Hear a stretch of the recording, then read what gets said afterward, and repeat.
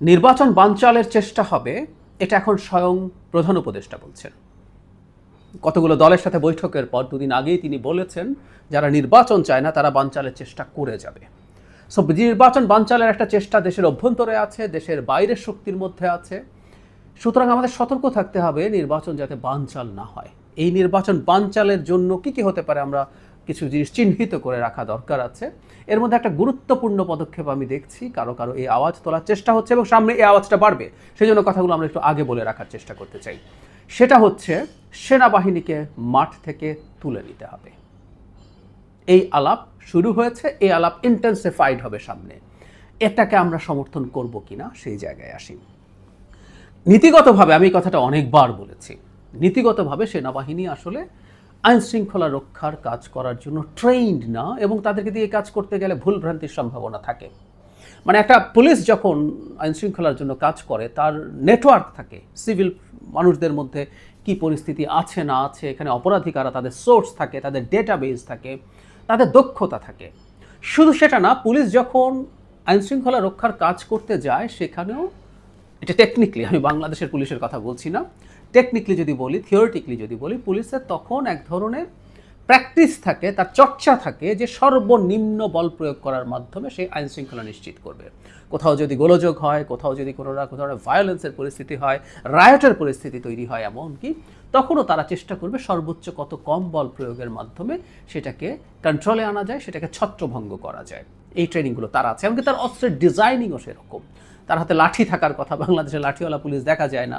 তারা sound grenade, tear gas এবং shotgun থেকে বুলেট, রাবার বুলেট এগুলো করবে, লেথাল ওয়েপন কিছু সংখ্যক সিলেক্টেড টাইপের ক্যাটাগরির পুলিশের কাছে থাকবে, কিন্তু খুবই ভায়োলেন্ট পরিস্থিতি না হলে ওটা সাধারণ জায়গায় তারা আনবে না, প্রয়োজনে সেটা দিয়ে গুলি করবে। এরকম কতগুলো ধাপ আছে যত কম করে সেটা করে। এমনকি গুলিও যখন তিনি করবেন সেই গুলি এমন জায়গায় করতে হবে যেটা কোনো মানুষকে আহত করতে পারে, কোনো মেজর আহত না হন, আর মৃত্যু তো দূরেই থাকুক। সেই হচ্ছে বেসিক। কিন্তু সেনাবাহিনী যখন মাঠে থাকে, সেনাবাহিনীর ট্রেনিং ইজ টোটালি ডিফারেন্ট, তাদের ইনস্টিংক্টই ডিফারেন্ট। তিনি লেথাল ওয়েপন নিয়ে যান, যুদ্ধ করার অস্ত্র নিয়ে। যদি আমরা এটা নিয়ে প্রচুর আলাপ করেছি, বাংলাদেশের পুলিশকেও মিলিটারাইজ করা হয়েছে, তাদের লেথাল ওয়েপন দেওয়া হয়েছে, মানে যে অস্ত্র মানে সেনাবাহিনী ব্যবহার করত সেই রাইফেল, এসকেএস টাইপ 56 রাইফেল তারা ব্যবহার করতেন। 7.62 বুলেটের কথা এসছে, এগুলো ওই রাইফেলে ইউজ করা হয়। মাথায় গুলি করা হয়েছে শেখ হাসিনার সময়। কিন্তু সেনাবাহিনী তো ওগুলোই, বা ইনফ্যাক্ট তারারও টাইপ 8 এখন একটা, মানে বিডি টাইপ 8 একটা অটোমেটিক রাইফেল তারা ব্যবহার করেন। তো এগুলো সব যুদ্ধের অস্ত্র, তারা যুদ্ধের জন্য ট্রেইন। আমি রাস্তায় যখন সেনাবাহিনী দেখি তারা সেই যুদ্ধের অস্ত্র নিয়েই মাঠে আছেন, রাস্তায় আছেন। ফলে এই ধরনের কাজ করতে তারা আসলে ঠিক প্রস্তুত নন, কাজ করতে ঠিক ট্রেইন নন। আমরা এইভাবে বলি, এটা একটা ভিন্ন জিনিস। আমরা এই সেনাবাহিনীকে আমরা আসলে প্রস্তুত করি, ট্রেনিং দেই, তারা যুদ্ধ করবেন শত্রু দেশের সাথে। সুতরাং সেখানে তার অস্ত্র তিনি এমনভাবে ব্যবহার করবেন যেটা দিয়ে সর্বোচ্চ ক্যাজুয়ালিটি নিশ্চিত করা যায়। এটাই তার ট্রেনিং, এটাই তার ইনস্টিংক্ট। তিনি বন্দুক তুলবেন যখন, তার বন্দুকের নলটা অটোমেটিকলি বুকে মাথার দিকে যাবে, এটাই নিয়ম, এটাই হওয়া উচিত, নাহলে উনি সেনাবাহিনী নন। একই সাথে তিনি যখন আইনশৃঙ্খলা রক্ষা করতে আসছেন, ওই নেটওয়ার্কিং নেই যেটা বছরের পর বছর, দশকের পর দশক পুলিশ তৈরি করেছে, সেই ডেটাবেস, সেই ধরনের এক্সপার্টিজ। সো তাত্ত্বিকভাবে আমার মানতে কোনো দ্বিধা নেই, সেনাবাহিনী দিয়ে আইনশৃঙ্খলা রক্ষা করার কাজটা ঠিকমতো করা যায় না, কোনো সন্দেহ নেই। কিন্তু 5 আগস্ট পরবর্তী সময়ে আমি নিজেও সেনাবাহিনী ডেপ্লয়মেন্টের আগে বারবার সেনাবাহিনী ডেপ্লয়মেন্টের কথা বলছিলাম সারা দেশে, কারণ তখন পুলিশ পালিয়ে চলে গিয়েছিল। বাংলাদেশ এক অভাবনীয় সিচুয়েশনে পড়েছে, যেটা বহু দেশে স্বৈরাচারের পতন দেখে। স্বৈরাচার নতুন কিছু না, বাংলাদেশেও এরশাদের পতন আমরা দেখেছি। কিন্তু পুলিশ পালিয়ে চলে গেছে, এই পরিস্থিতি আসলে বাংলাদেশে ইতিহাসে আর কখনো দেখা যায়নি। সারা পৃথিবীতেও আমি মনে করতে পারি না যে পুরো দেশের সব পুলিশ পালিয়ে গিয়েছিল। সো এই পরিস্থিতিতে সেনাবাহিনীর ডেপ্লয়মেন্ট এসেনশিয়াল ছিল। সুতরাং সেনাবাহিনী মাঠে এসছে, তাদেরকে ম্যাজিস্ট্রেসি পাওয়ার দেওয়া হয়েছে, তারা তার মানে নিজে থেকেই মানে অপরাধ এবং সিচুয়েশনে কগনিজেন্সে নিতে পারবে, নিজেদের মতো করে ডিসাইড করতে পারবে। তারপরে যদিও গ্রেফতারের পর সব কিছু তারা এরপর বেসামরিক যে প্রশাসন আছে, পুলিশ আছে, তার কাছে হস্তান্তর করবেন, তারপর বিচারে যাবে, সেগুলো ঠিক আছে। সো এই কারণেই সেনাবাহিনীর মাঠে আছে, এবং সেনাবাহিনীর ম্যাজিস্ট্রেসি পাওয়ার নিয়ে মাঠে থাকার পরও আইন শৃঙ্খলার ক্ষেত্রে যে খুব ভালো পারফরমেন্স হয়েছে, নট নেসেসারিলি, এটারও সমালোচনা আমরা করেছিলাম যে এই পাওয়ার নিয়ে থাকার পরও যদি না হয়, এটা দিনের শেষে সেনাবাহিনীর খানিকটা বদনাম তৈরি তো করবেই। কিন্তু এখন যে প্রবণতাটা হয়েছে, কোথাও কোথাও সেনাবাহিনী যখনই আমাদের স্বাভাবিক পারসেপশনে, এবং আমার নিজেরও মনে হয় কখনো কখনো তারা ঠিকভাবে পারফর্ম করছে না, আমরা দুটো তিনটা ঘটনা বলি, সেটার প্রেক্ষাপটে এখন এই আহ্বান সামনে এসছে এবং এই কারণে আমার মনে হয় সামনে এই ঘটনাগুলো ঘটবে। নুরুল হক নূরের উপরে যে আক্রমণ হয়েছে, হামলা হয়েছে, আমরা সবাই এটাকে, আমি নিজেও স্ট্রংলি কন্ডেম করেছি। কোনো পরিস্থিতিতে, কোনো প্রেক্ষাপটে এই রকম হামলা হতে পারে না। ওখানে পুলিশ এবং সেনাবাহিনীর দুপক্ষই হামলা করেছে, কিন্তু মজার ব্যাপার, পুলিশ বাতিল করে দাও, পুলিশ তুলে ফেলো, পুলিশকে মাঠে নামিও না বলা হচ্ছে না, বলা হচ্ছে এরপরে একটা গ্রুপ সেনাবাহিনী ব্যারাকে ফিরে যাওয়া আলাপ তুলল। চিটাগং ইউনিভার্সিটির যে ঘটনা ঘটলো সেখানে সেনাবাহিনী যেতে দেরি করেছে সম্ভবত খানিকটা, এটাও কেন হয়েছে আমি জানি না, এটা ঠিক হয়নি এবং এর কারণে পরিস্থিতি অনেক বেশি ঘোলাটে হয়েছে এবং মোটা দাগে আমি নিশ্চিত নই এই ব্যাপারটায়, কিন্তু নূরের ভিডিও আমি দেখেছি, ওখানে এইভাবে নূরকে পেটানোর কোনো রকম কোনো যুক্তি কেউ দিতে পারে না। তাদেরকে প্রভোক করা হতে পারে, তাদের গায়ে ভেতর থেকে কেউ কোনো এজেন্ট প্রভোকেটিয়ার থাকতে পারে, তারা হামলা করতে পারে, ঢিল মারতে পারে, হোয়াট এভার ইট ইজ, ফিরে এসে এটা করা যায় না। সর্বোচ্চ যে বললাম, নূর রিচে ছিল, তাকে গ্রেফতার করা যেতে পারত।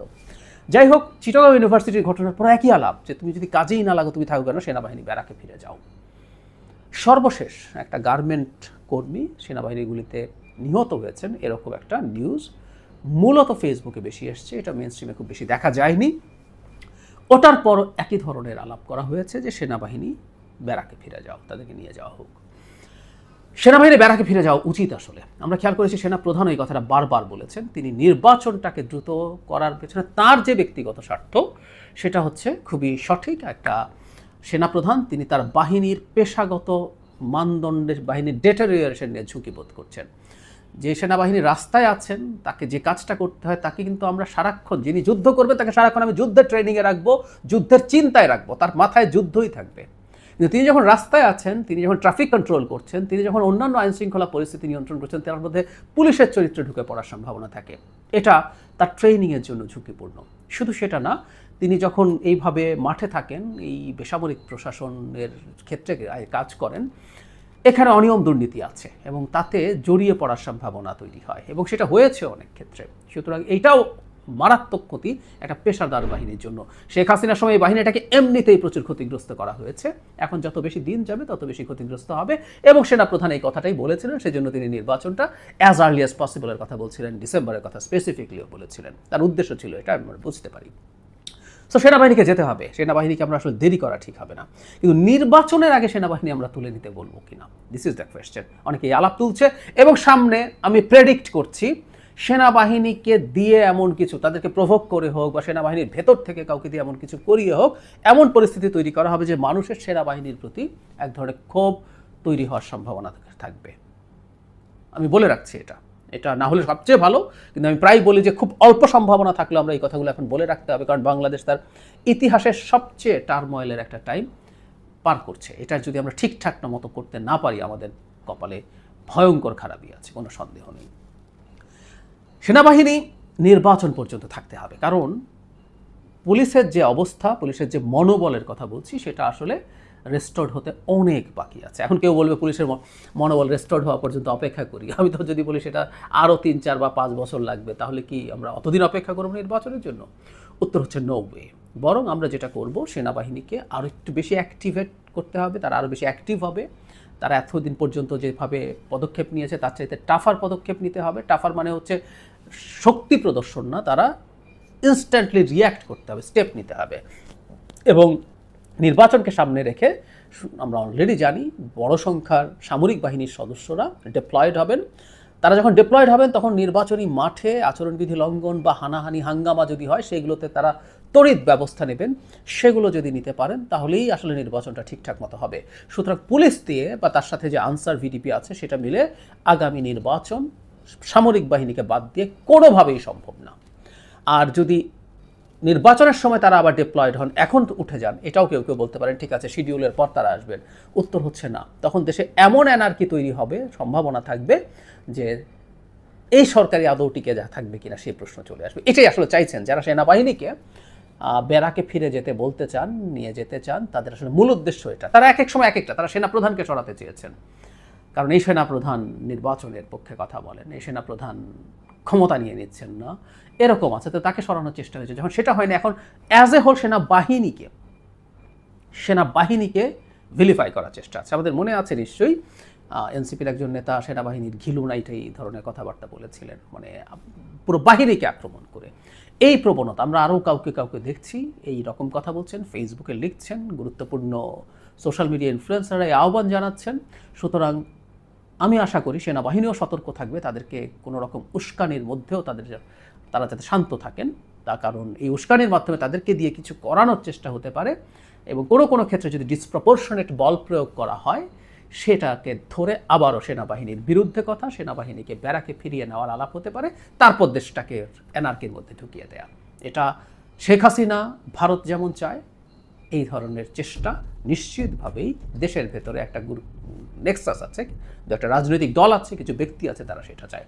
সুতরাং নির্বাচনের আগে সেনাবাহিনী কোনোভাবেই মাঠ থেকে যাবেন এটা আমরা মেনে নেব না, কারণ সেনাবাহিনী নিজে কতটুকু অ্যাকশন করছে তার চাইতে এটাও জরুরি, সেনাবাহিনী এখনও একটা দুর্দান্ত ডেটারেন্ট। সেনাবাহিনী যখন রাস্তায় থাকে, যারা অপরাধী, যারা অপরাধ করতে চায়, তাদের মধ্যে এই পোশাকের প্রতি শ্রদ্ধা এবং ভয় দুটোই আছে, সে কারণে এগুলো কম থাকে।